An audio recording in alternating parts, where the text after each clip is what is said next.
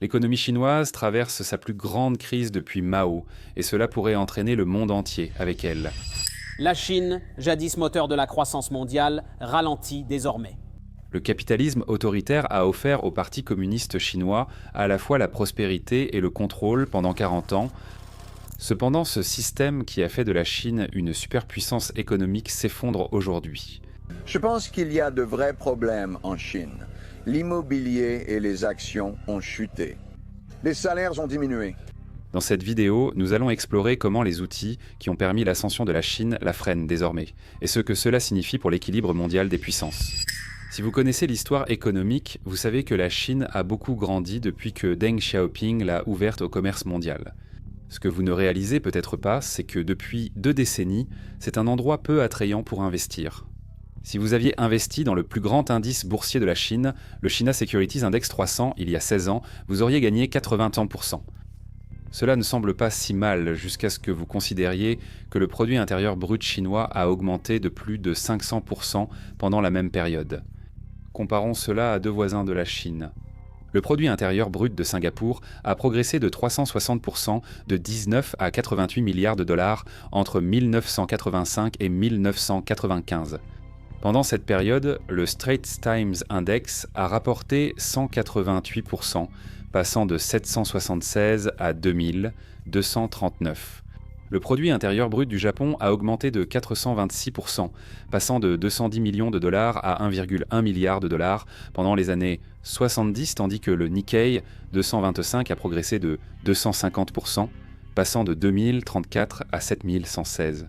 Les 2 pays ont offert des rendements bien supérieurs aux investisseurs en moins de temps, malgré une croissance du produit intérieur brut inférieure à celle de la Chine récemment.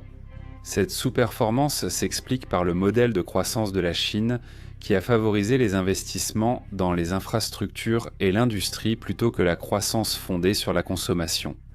Bien que cette approche ait permis à la Chine de construire rapidement des villes, des réseaux de transport et des complexes industriels, elle comportait un défaut fatal, l'insoutenabilité. À mesure que la Chine investissait plus dans les actifs fixes, les rendements de ces investissements diminuaient. De nouveaux aéroports restent vides et des villes fantômes inhabitées. Et des ponts relient des zones faiblement peuplées. Cette allocation inefficace des ressources a créé des projets qui n'ont pas généré suffisamment de valeur économique. Le réseau ferroviaire à grande vitesse chinois, jadis symbole de progrès, souffre aujourd'hui d'une faible fréquentation sur de nombreuses lignes et d'une lourde dette. Pour maintenir une forte croissance du produit intérieur brut, le gouvernement a dû investir plus, aggravant le problème et la dette. Cela a créé une illusion de vitalité économique qui masque des problèmes structurels profonds. La crise imminente est devenue de plus en plus évidente à mesure que le ratio dette, produit intérieur brut de la Chine, s'envolait et que la croissance de la productivité ralentissait. Cela signifie que la qualité de la croissance se détériore. Les entreprises luttent contre la surcapacité, tandis que les gouvernements locaux font face à une dette croissante et les banques à plus de prêts non performants. Tant que ces chiffres du produit intérieur brut restent élevés, les problèmes systémiques peuvent être ignorés ou minimisés. Cependant, sous la surface, les fondations du modèle économique chinois commencent à se fissurer. Tout commence par le marché immobilier chinois qui fait face à une crise d'une ampleur sans précédent. Dans certaines villes, les prix immobiliers atteignent 25 fois le revenu médian, créant une bulle menaçant l'économie.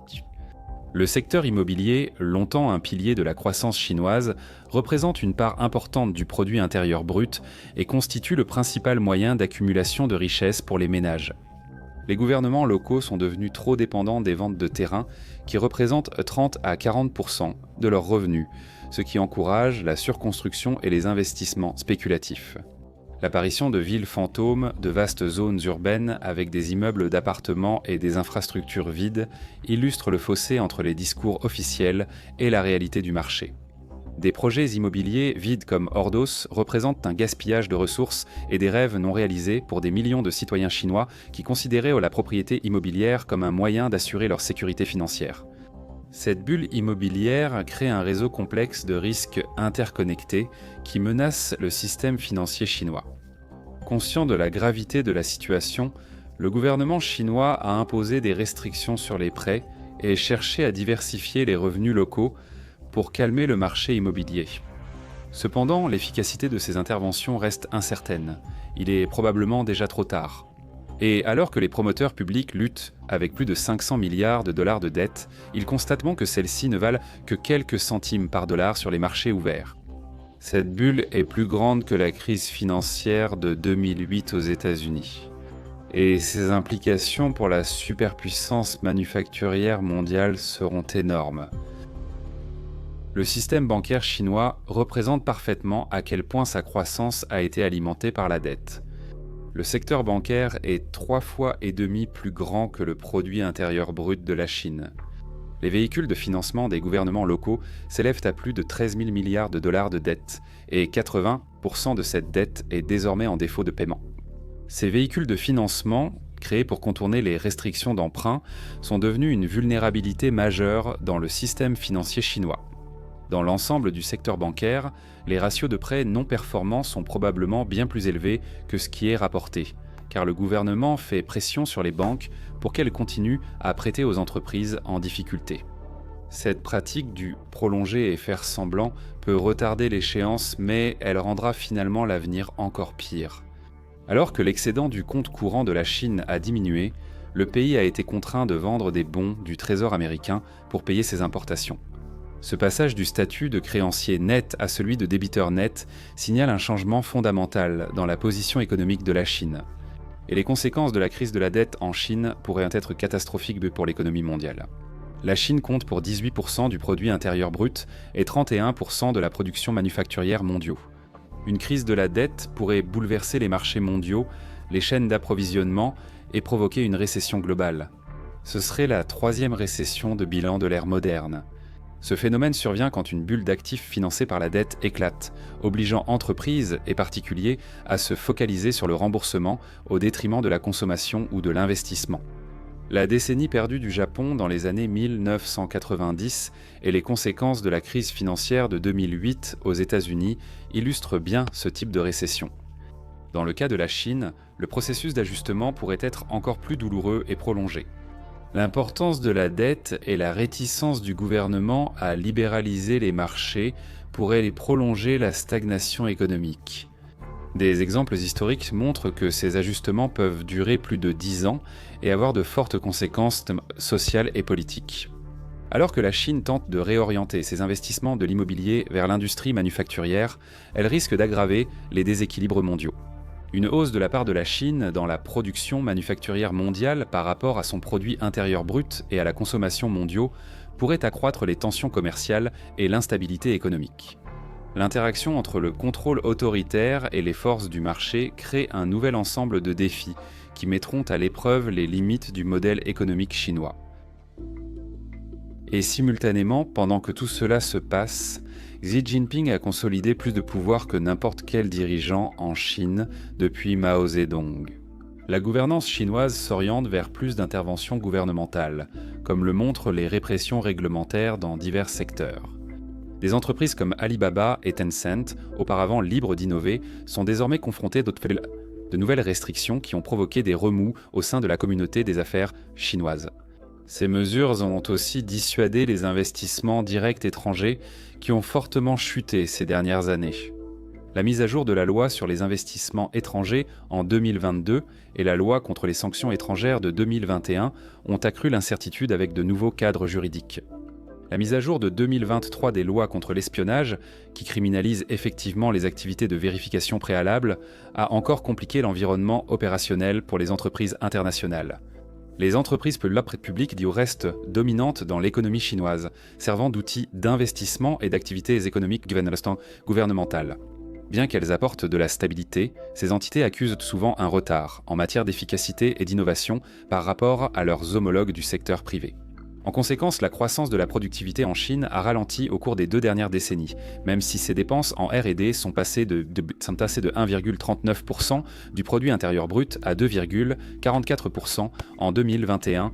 Pour que le pays passe d'une économie à revenu intermédiaire à élevé, il est essentiel d'accroître la productivité afin d'assurer une croissance durable et d'améliorer le niveau de vie. Ce qui nous amène à la question ultime. Le système autoritaire du Parti communiste chinois peut-il gérer efficacement les défis complexes qui accompagnent encore une économie mondialisée et intégrée?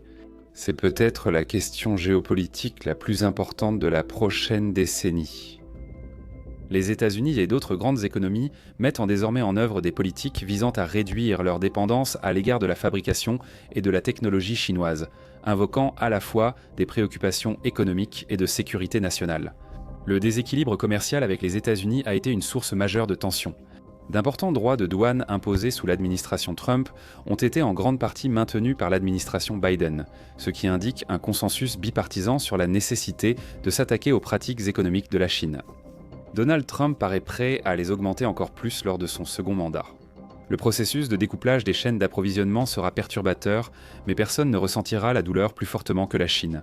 En 2023, la croissance économique chinoise a été la plus faible depuis des décennies.